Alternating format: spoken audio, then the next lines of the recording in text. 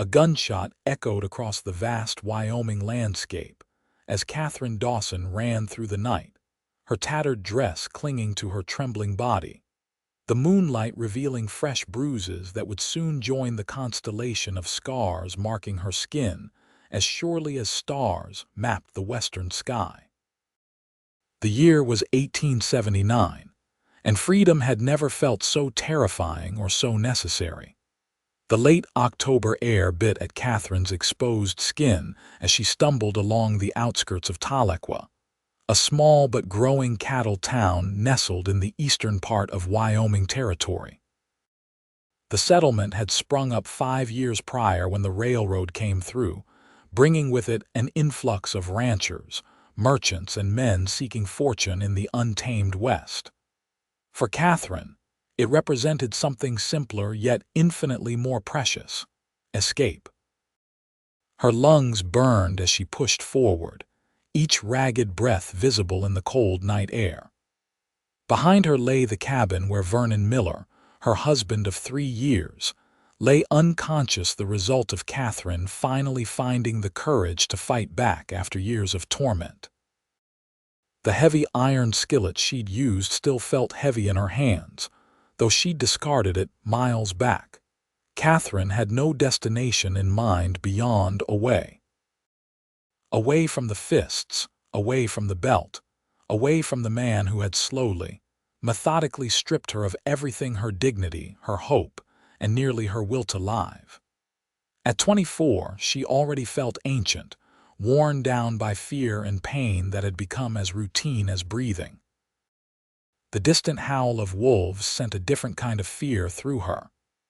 Out here, alone in the wilderness, she was vulnerable to dangers beyond her husband's rage. Still, she pressed on, following the faint trail that she hoped would lead to town before dawn or before Vernon regained consciousness and came searching for his wayward wife. As the first light of dawn broke over the eastern horizon, Katherine spotted a weathered sign marking the boundary of the Diamond J Ranch.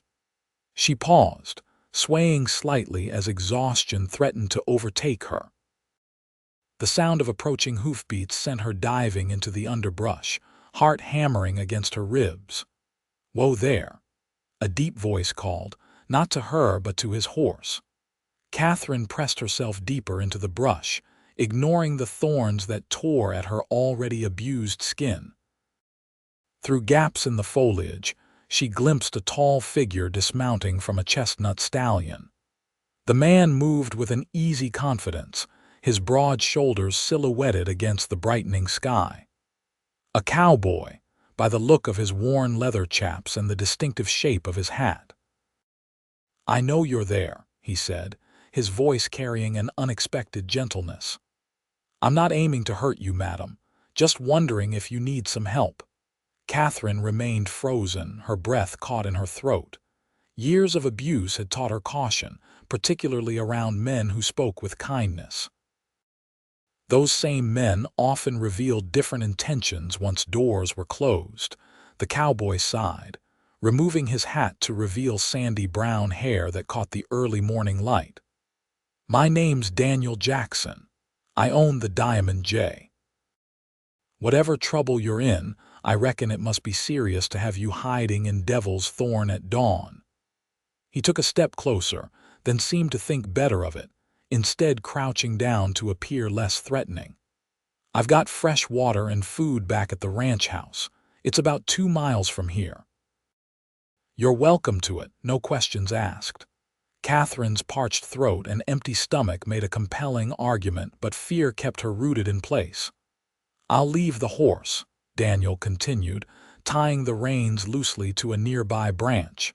"His name's Rusty. He's gentle as they come and knows the way home.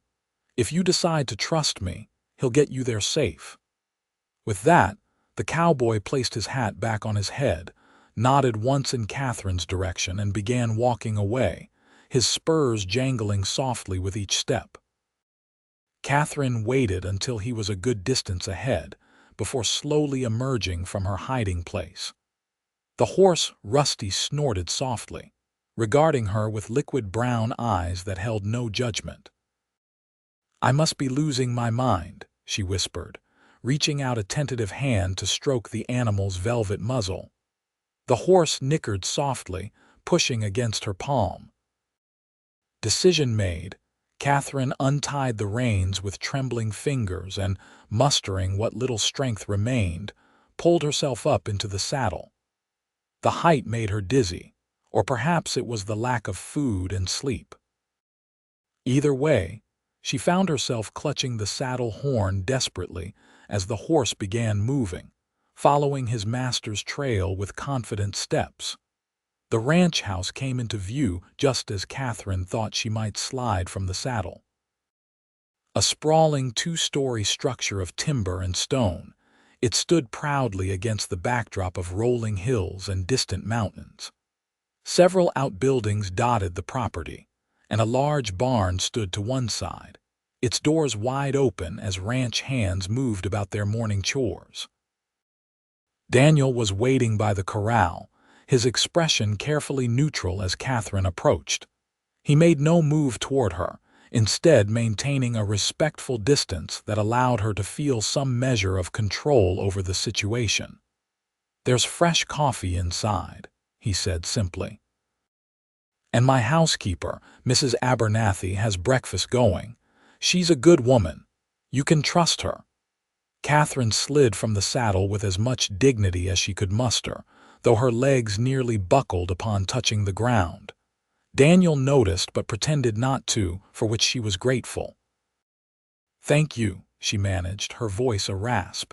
"For the horse." "Rusty's always been a good judge of character," Daniel replied with a slight smile. "He wouldn't have let you near him otherwise." This small kindness, so unexpected and without demand for reciprocation, cracked something in Katherine's carefully constructed wall. Tears welled in her eyes before she could stop them, and she turned away quickly, ashamed of her weakness. "Mrs. Abernathy will show you where you can clean up," Daniel said, deliberately looking elsewhere to give her privacy in her emotion. "There's a room you can use to rest afterward. No one will disturb you." Katherine nodded, unable to form words around the lump in her throat.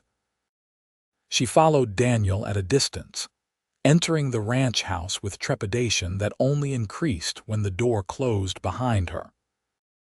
The interior was surprisingly homey, polished wooden floors covered with colorful rugs, comfortable-looking furniture arranged before a stone fireplace, and the enticing aroma of bacon and coffee filling the air. A plump woman with silver-streaked hair bustled from the kitchen, wiping her hands on a flour-dusted apron. "Land sakes, child," the woman, presumably Mrs. Abernathy, exclaimed upon seeing Katherine. Her keen eyes took in the bruises, the torn dress, the exhaustion, and in an instant she seemed to understand. "Come along now. Let's get you sorted." Over Daniel's protest that Katherine might want breakfast first, the housekeeper ushered her upstairs to a washroom where a copper tub already stood filled with steaming water. "Take your time, dear," Mrs. Abernathy said kindly. "I'll fetch you some clean clothes. Don't you worry about a thing now." Alone for the first time since her escape, Katherine finally allowed herself to breathe. The woman in the washroom mirror was a stranger, hollow-eyed, bruised, with a split lip and tangled hair that hadn't seen a proper washing in weeks. Vernon had always insisted she look presentable when they went to town, but in the isolation of their cabin, he'd cared little for her appearance except to criticize it. The bath was heaven, despite the sting of hot water against her cuts and bruises.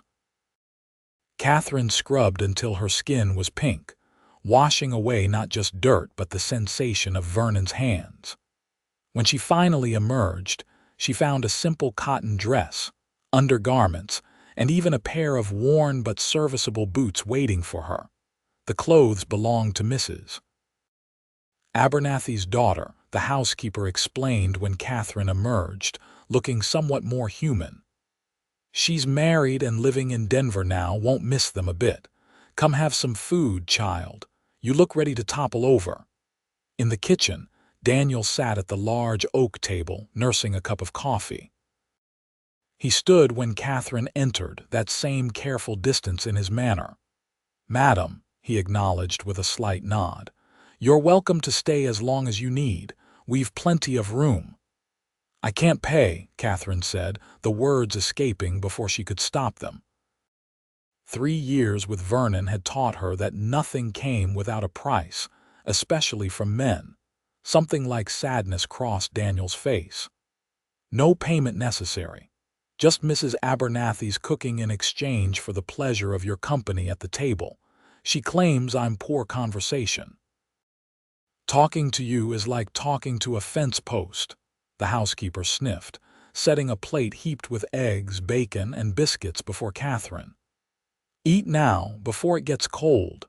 Katherine hadn't had a proper meal in days. Vernon often withheld food as punishment, and she'd fled before eating the previous night. She tried to maintain some decorum, but hunger won out, and she devoured the meal with embarrassing speed. "There's plenty more," Mrs. Abernathy said approvingly, already refilling Katherine's plate. Daniel said little during the meal, but Katherine felt his gaze on her, occasionally not leering or judgmental, but watchful, as though he was trying to solve a puzzle. "Your husband did that to you," he said finally, not a question but a statement. Katherine froze, fork halfway to her mouth. Fear flooded her system, not of Daniel, but of Vernon finding her, of being forced to return. "He won't find you here," Daniel continued, as if reading her thoughts. "The Diamond J is my land, and I don't take kindly to men who beat women. If he comes looking, he'll find himself facing the business end of my Winchester." "You don't know him," Katherine whispered, "what he's capable of." "I know his kind," Daniel replied, a hardness entering his voice that hadn't been there before. "Men who are only brave when they are hurting those weaker than themselves. Cowards, the lot of them." Mrs. Abernathy made a small noise of agreement as she bustled about the kitchen. "You don't even know my name," Katherine said, setting down her fork. "I'd be pleased to learn it if you're inclined to share," Daniel answered, the hardness gone as quickly as it had appeared. "Katherine," she said after a moment's hesitation. "Katherine Dawson." She used her maiden name deliberately, refusing to carry Vernon's even in introduction. "Katherine," Daniel repeated as though testing the sound of it. "Well, Miss Dawson, you're safe here for as long as you choose to stay. Now, if you'll excuse me, I've got ranch work to attend to." He stood, settling his hat on his head with practiced ease. At the door, he paused, turning back to her. "Miss Dawson, whatever stories those scars tell, they don't have to be the end of your tale." With that, he was gone, leaving Katherine staring after him with a strange, unfamiliar warmth kindling somewhere beneath her breastbone. The next few days passed in a haze of recovery. Katherine slept for nearly 15 hours that first day, her body finally surrendering to exhaustion in the safety of the Diamond J. Mrs. Abernathy Eliza. As she insisted, Katherine called her kept her well fed and gave her space when she needed it, which was often. Daniel maintained his respectful distance, but Katherine found herself watching him from windows as he worked with his men, breaking horses in the corral or riding out at dawn to check the far pastures. There was something compelling about his quiet strength and the obvious respect his ranch hands showed him. On her 4th day at the ranch, Katherine ventured outside, wrapping herself in a shawl borrowed from Eliza against the autumn chill. She walked toward the corral where Daniel was working with a spirited black mare, speaking to the animal in low, soothing tones as it pranced nervously around him. "She's new," Daniel explained, noticing Katherine's approach but keeping his attention on the horse. "Still deciding whether to trust me or not." "I know the feeling," Katherine said softly, surprising herself with the admission. Daniel's mouth quirked into a half-smile. Takes time earning trust with horses and people. He clicked his tongue and the mare cautiously approached, stretching her neck to sniff his outstretched hand. See, small steps. Katherine watched as Daniel gently stroked the mare's muzzle, his movements slow and deliberate. The animal's initial fear gradually gave way to curiosity, then acceptance. "How do you do that?" Katherine asked, genuinely curious. "Patience, mostly," Daniel replied, still focused on the horse. "And respect. Animals know when you mean them harm, same as people." He glanced at her then, his blue eyes serious. "And they know when you don't." The words hung between them, weighted with meaning beyond the training of horses. "Would you like to try?" Daniel asked, gesturing toward the mare. Katherine hesitated, then stepped closer to the fence. Daniel guided the horse toward her, keeping a hand on its bridle. "Hold your hand flat, palm up," he instructed. "Let her come to you. She needs to feel she has a choice." Katherine did as directed, her heart racing as the large animal approached. The mare's breath was warm against her palm, its whiskers tickling her skin as it investigated this new person. "She likes you," Daniel observed as the horse nudged Katherine's hand, seeking more contact. "How can you tell?" Her ears are forward, her stance is relaxed. "If she was afraid or angry, she'd let you know." Katherine tentatively stroked the mare's sleek neck, marveling at the powerful muscles beneath the glossy coat. "She's beautiful." "She is," Daniel agreed, though when Katherine glanced up, she found him looking at her, not the horse. Heat rose to her cheeks, and she quickly returned her attention to the mare. "Have you named her yet?" she asked, desperate to change the subject. "No," Daniel replied, a smile in his voice. "Any suggestions?" Katherine studied the mare's midnight coat, the single white sock on her right foreleg and the proud arch of her neck. "Midnight," she offered, then immediately felt foolish for the obvious choice, but Daniel nodded approvingly. "Midnight it is." Something shifted between them that afternoon, a tentative bridge across the careful distance Daniel had maintained. That evening, he joined Katherine on the porch after dinner, respecting her personal space, but close enough for conversation as they watched the sun sink below the distant mountains. "It's beautiful here," Katherine observed, pulling Eliza's shawl tighter around her shoulders. "It is," Daniel agreed. "Hardest place I've ever loved, but I wouldn't trade it." "How long have you had the ranch?" "8 years now. Inherited it from my uncle when I was 22. It was barely more than a shack and a few hundred acres back then." Pride colored his voice. "We're up to 15,000 acres now, with the best breeding stock this side of the Mississippi." Katherine tried to imagine owning something so vast, so permanent. With Vernon, she'd owned nothing, not even the clothes she wore. "Your family must be proud," she said. A shadow crossed Daniel's face. "Parents died when I was young. Uncle Joe raised me. He's gone now, too." "I'm sorry," Katherine murmured. Daniel shrugged, but the casualness seemed forced. "Most folks out here have lost someone. Nature of the territory, and there's no wife." The question slipped out before Katherine could reconsider its propriety.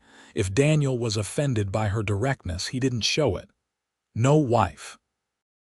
Came close once, but she decided Wyoming winters weren't to her liking. Moved back east.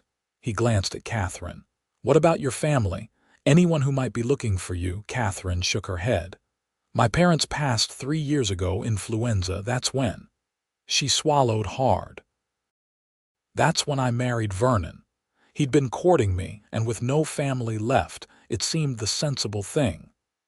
"When did he start hurting you?" Daniel asked quietly. Katherine stared out at the darkening landscape, finding it easier to speak of such things without meeting Daniel's gaze.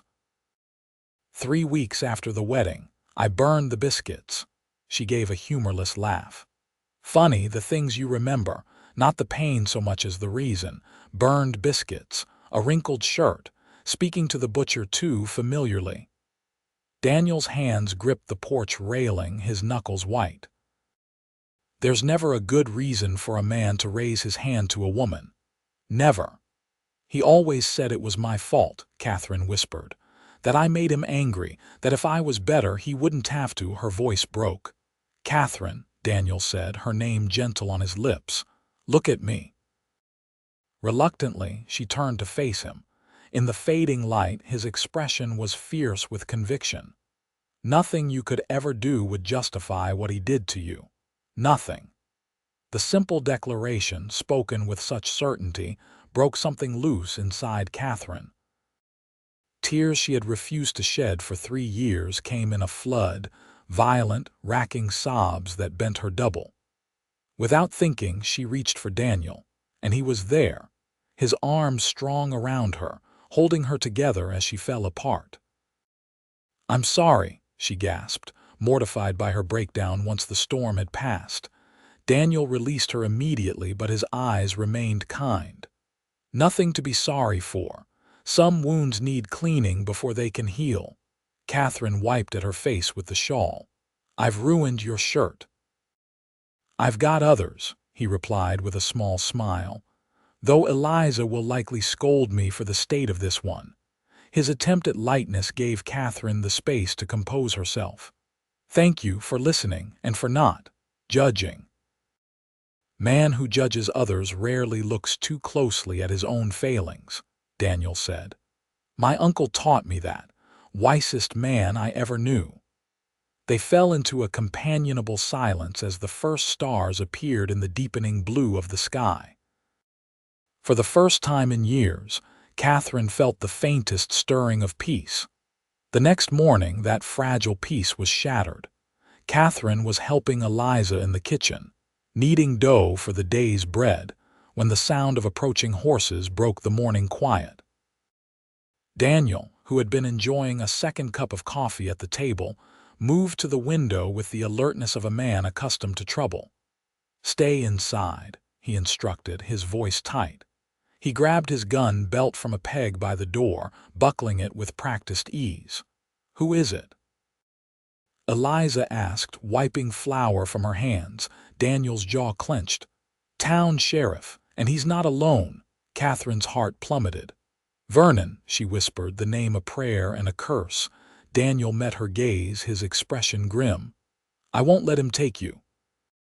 He strode outside, closing the door firmly behind him. Katherine moved to the window, watching as Daniel greeted Sheriff Haynes, and beside him, the man whose face had haunted her nightmares for 3 years.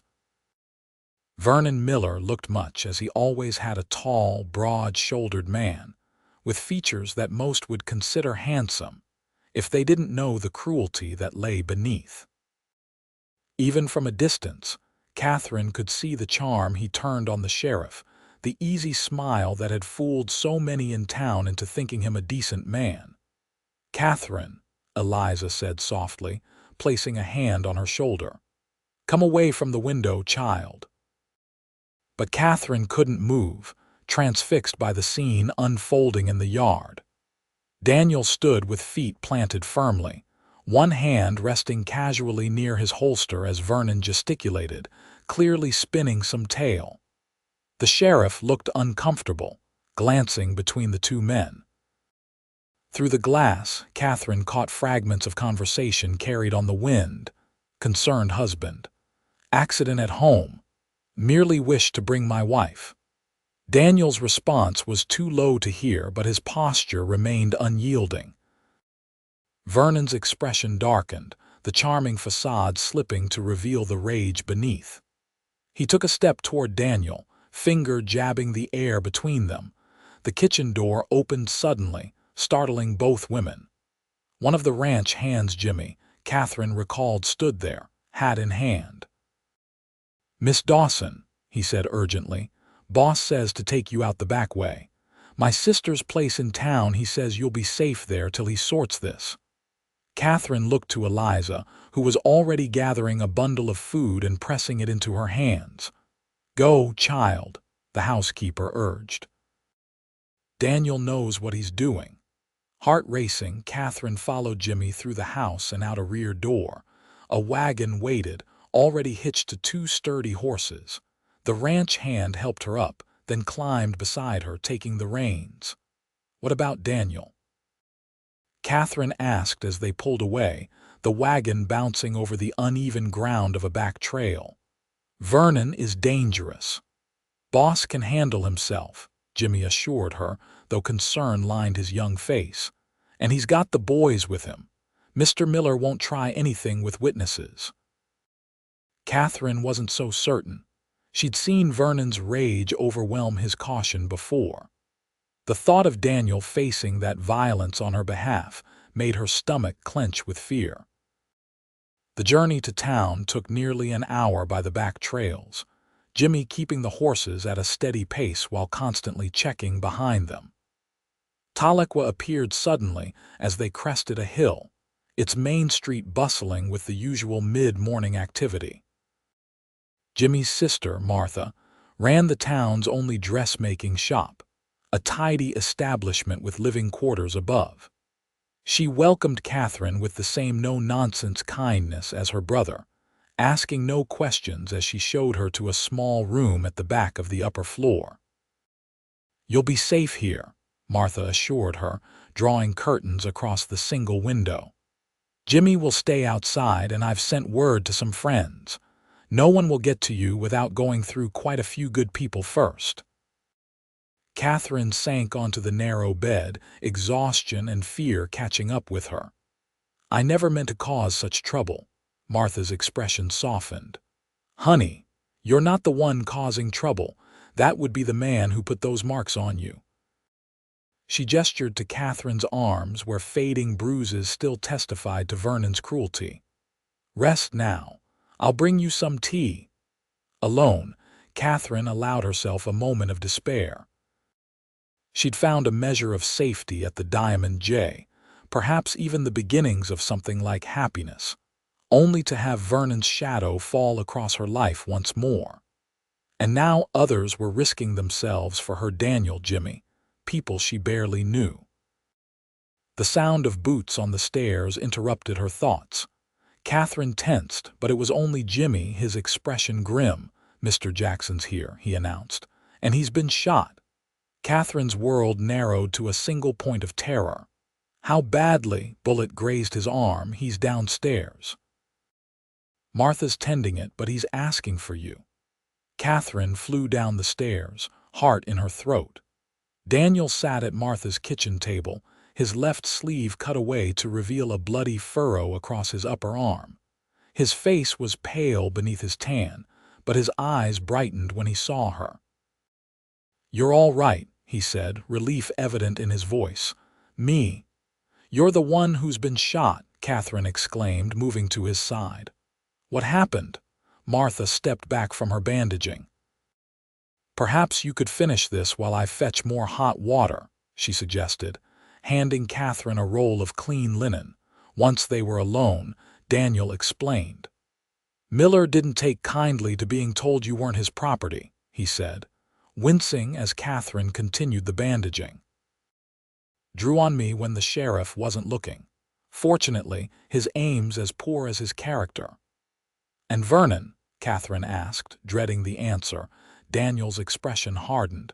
"Cooling his heels in the town jail. Sheriff Haynes was mighty disturbed to witness his true nature. Seems Miller's carefully cultivated reputation is in tatters now." "He'll talk his way out," Katherine said bitterly, securing the bandage. "He always does." "Not this time," Daniel assured her. "Not after assaulting a prominent rancher in front of the law. And especially not after what else the sheriff discovered." Katherine looked up sharply. "What do you mean?" Daniel hesitated, then said gently, "You weren't Miller's first wife, Katherine. There was another before you. Sheriff rode out to your cabin after the incident and found some papers hidden in the floorboards.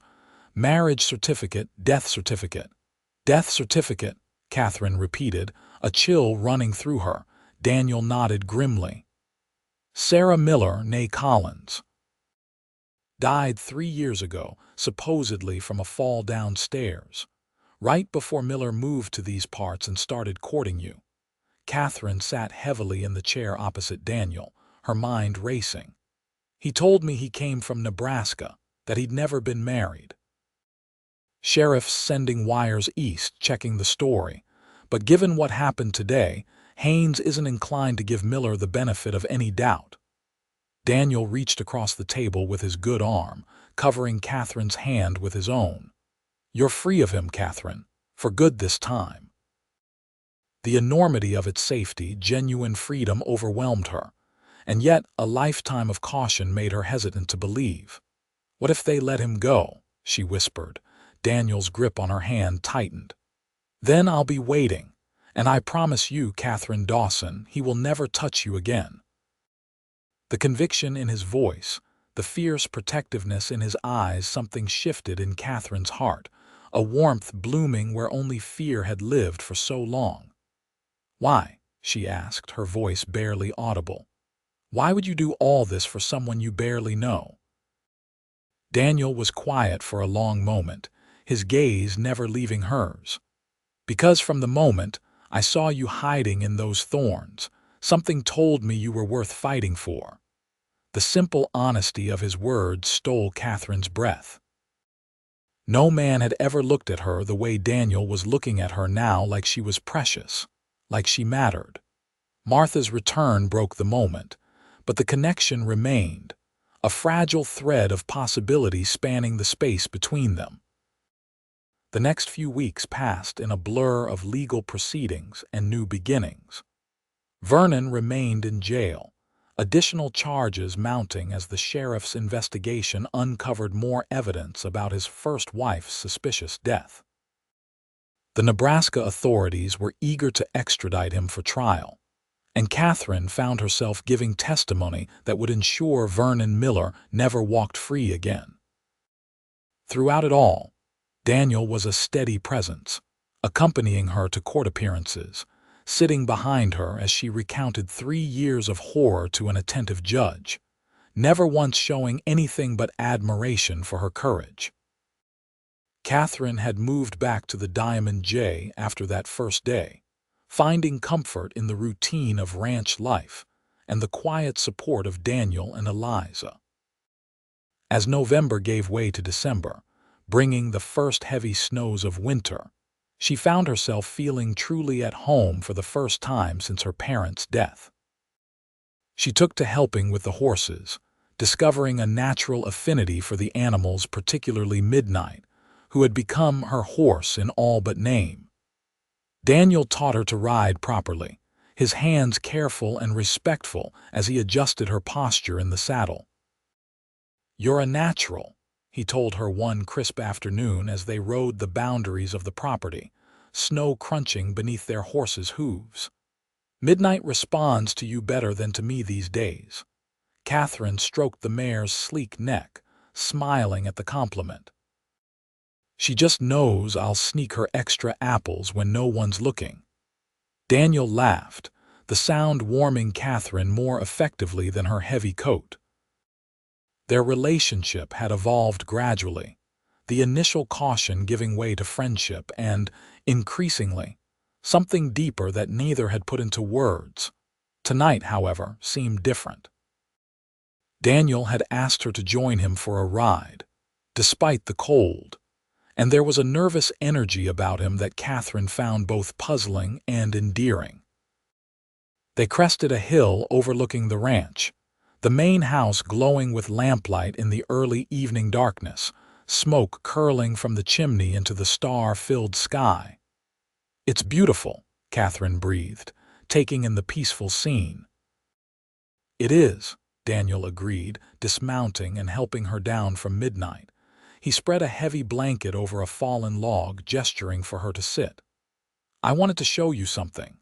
From his saddlebag, he withdrew a small wooden box weathered with age. He sat beside her, turning the box in his hands for a moment before speaking. "My uncle gave me this land because he believed in me," Daniel began, his breath fogging in the cold air. "Said a man needs roots, something to build on, something to leave behind." He looked at Katherine, his expression earnest. "But a ranch isn't just land and cattle, it's a home, or it should be." He opened the box, revealing a simple gold ring set with a small but perfect diamond. "This was my mother's. Uncle Joe kept it for me, said I'd know when it was time to pass it on." Katherine's heart hammered in her chest as Daniel took her hand. "I know it hasn't been long," he continued, his voice rough with emotion.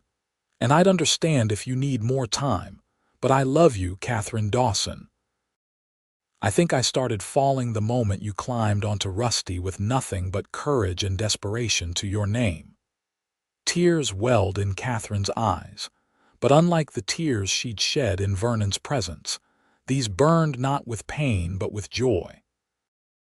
"I'm not asking for an answer tonight," Daniel said quickly, misinterpreting her emotion. "Just want you to know where I stand, that when you're ready, if you're ever ready, I'll be here." Katherine placed her hand over the ring over his hand.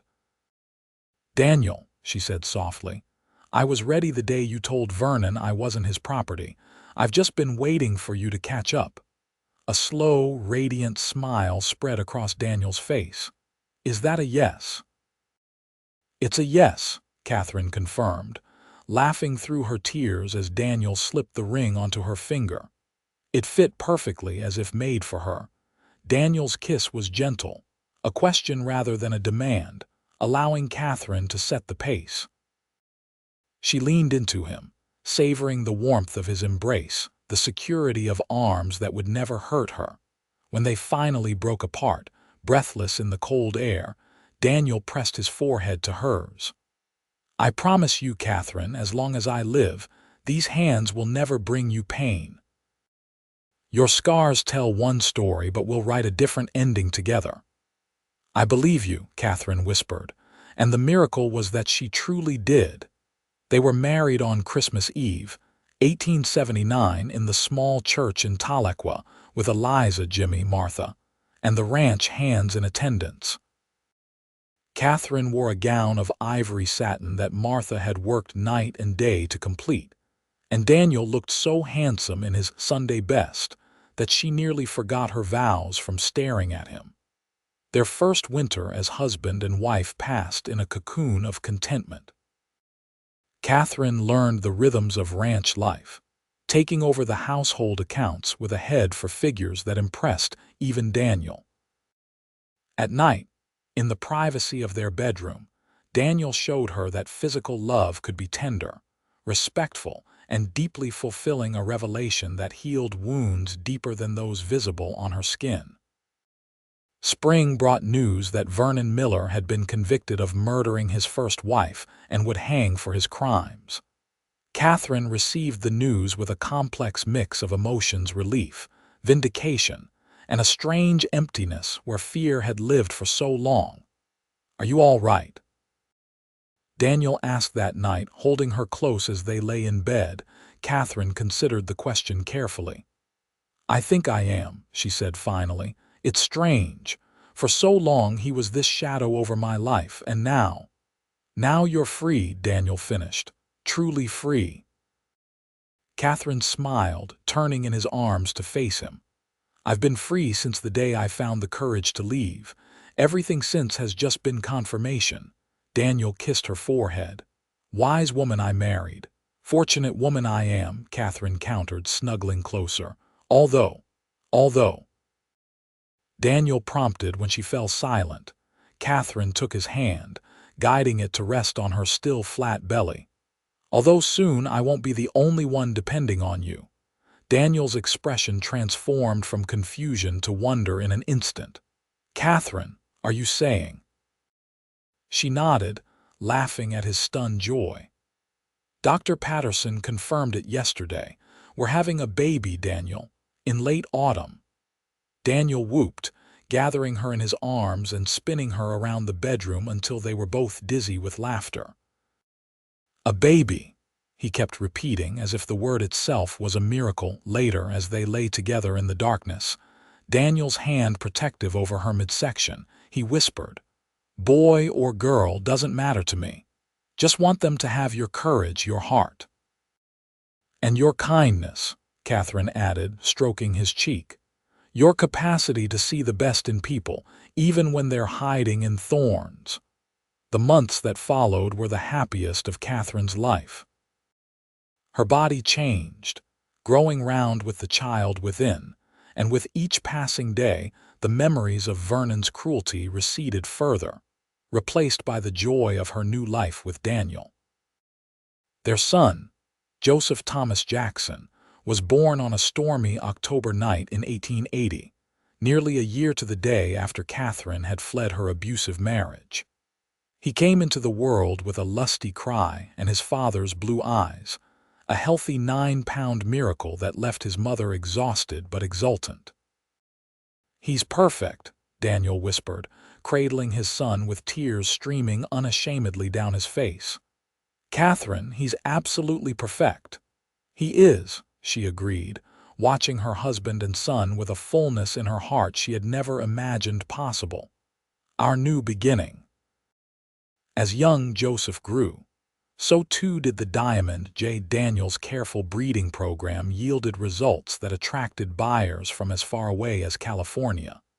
And by the time their son took his first steps, the ranch had nearly doubled in size and prosperity.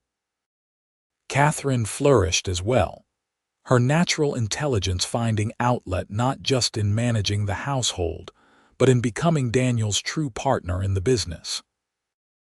She had a gift for negotiation that complemented Daniel's straightforward approach, and together, they built a reputation that extended far beyond Wyoming Territory.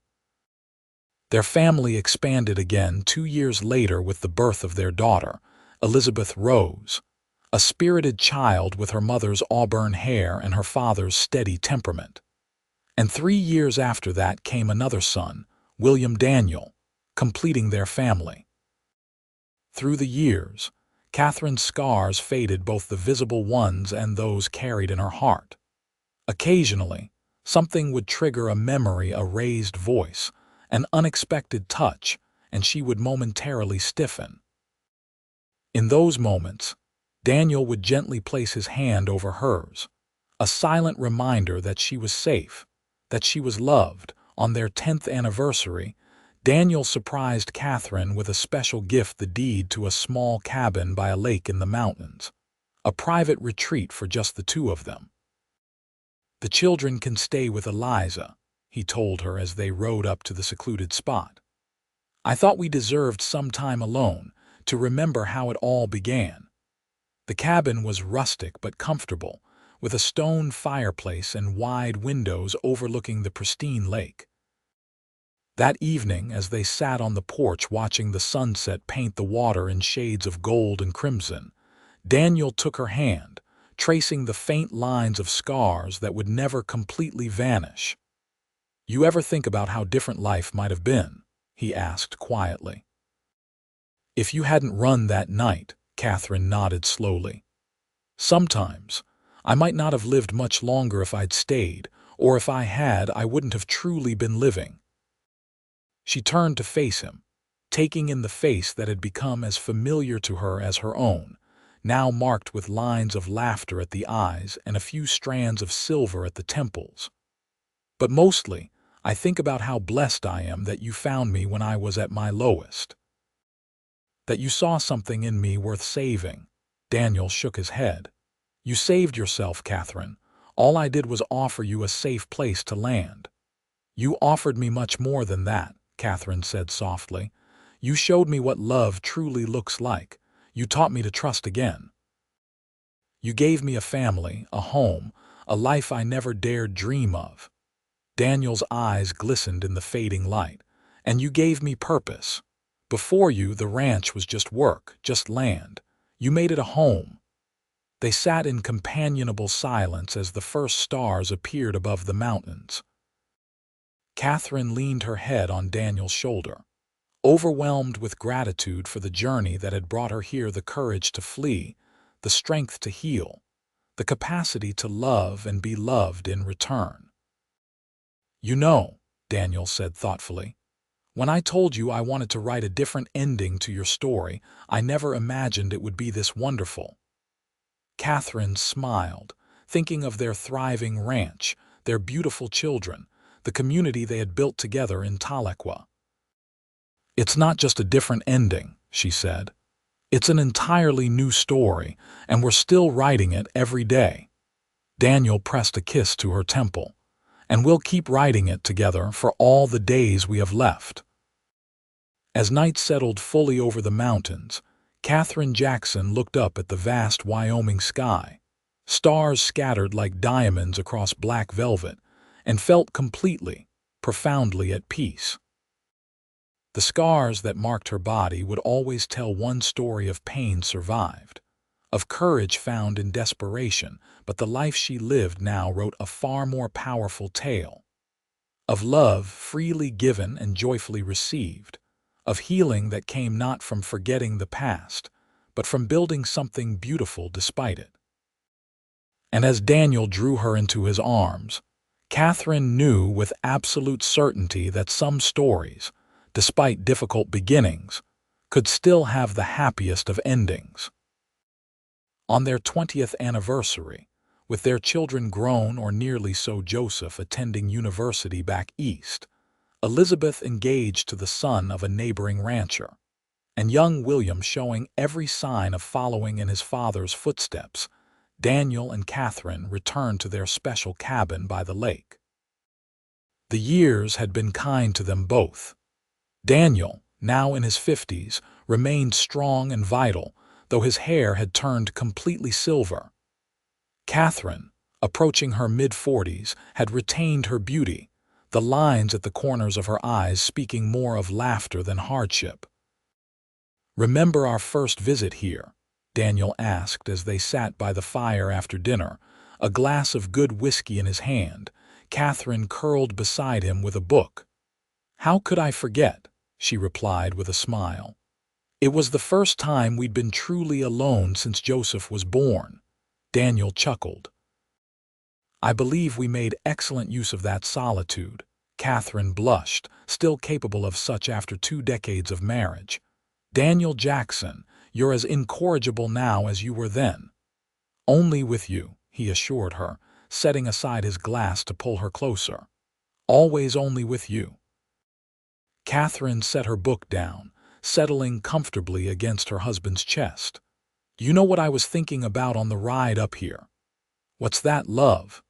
"That first day at the Diamond J, when you told me my scars didn't have to be the end of my story." She traced the lines of his face, so dear and familiar. "You were right. They were just the beginning of something beautiful."